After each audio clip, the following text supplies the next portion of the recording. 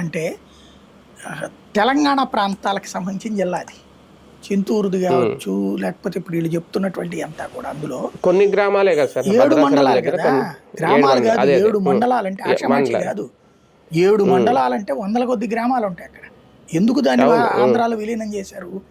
ఆ రోజున కేసీఆర్ పోలవరాన్ని పడనివ్వడు. ఎందుకంటే మనకున్నటువంటి నిబంధనల ప్రకారం గిరిజన ప్రాంతాల్లో గిరిజనుల్ని రిహాబిలిటేట్ చేసి వాళ్ళకి ఆ ప్రాంతం తీసుకోవాలి, ఇరిగేషన్కి తీసుకోదలుచుకుంటారు భూసేకరణలో.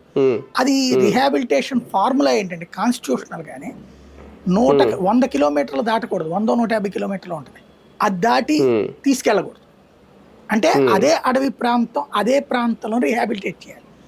ఇప్పుడు అక్కడ భద్రాచలం దగ్గర ఉన్నటువంటి వాళ్ళు కాబట్టి వాళ్ళని ఇటు పక్కకి రిహాబిలిటేట్ చేయాలంటే నల్లమలకు, లేకపోతే మన మారేడుమిల్లి ఈ అడవులకు, రంపచోడవరం ఇటుక తీసుకురావాలంటే నీళ్లలో నుంచి లెక్కేరు, భూమిలో నుంచి లెక్కేస్తే దాదాపు 500 కిలోమీటర్లు. అట్లా కుదరదు. పోనీ అక్కడే రీహాబిలిటేట్ చేయాలి అనుకున్నారనుకోండి, కేసీఆర్ ప్రభుత్వం ఏం చేస్తుంది అప్పుడు? మేము ఒప్పుకోమంటది. లేదా ఎకరాకు 1 కోటి 2 కోట్లు అడుగుతుంది.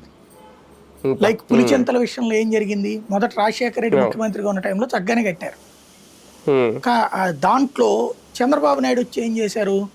దానికి కావాలని ఆ పనులకి సంబంధించిన బిల్లులు